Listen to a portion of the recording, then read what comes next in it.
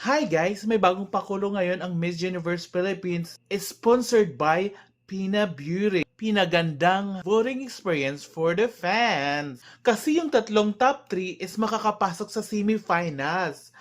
At wait, there's more. First and second delegate will advance to the evening gown competition. At meron pa. And the delegates with the highest votes, my God, will go to the finals. Grabe! Nakakaloka. And get a chance to win the most coveted crown. Grabe yung twist, ha? Kailangang highest scorer ka para dero-diretso na sa crown.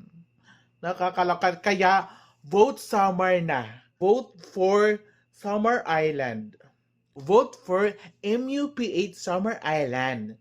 Pupunta ka lang sa website ng Pina Beauty Shop. Ito yung voting mechanic. Visit the Pina Beauty website at www.pinabeautyph and then pumili ka sa mga delegate. Piliin mo yung Summer Island na si Catherine K. Decanay. Select the product you want to buy. Yan. Click mo na yan yung gusto mong bilhin dyan. Kasi yung 1 point is equivalent to 1 peso, 1 vote. Yung 1 peso is equivalent to 1 vote.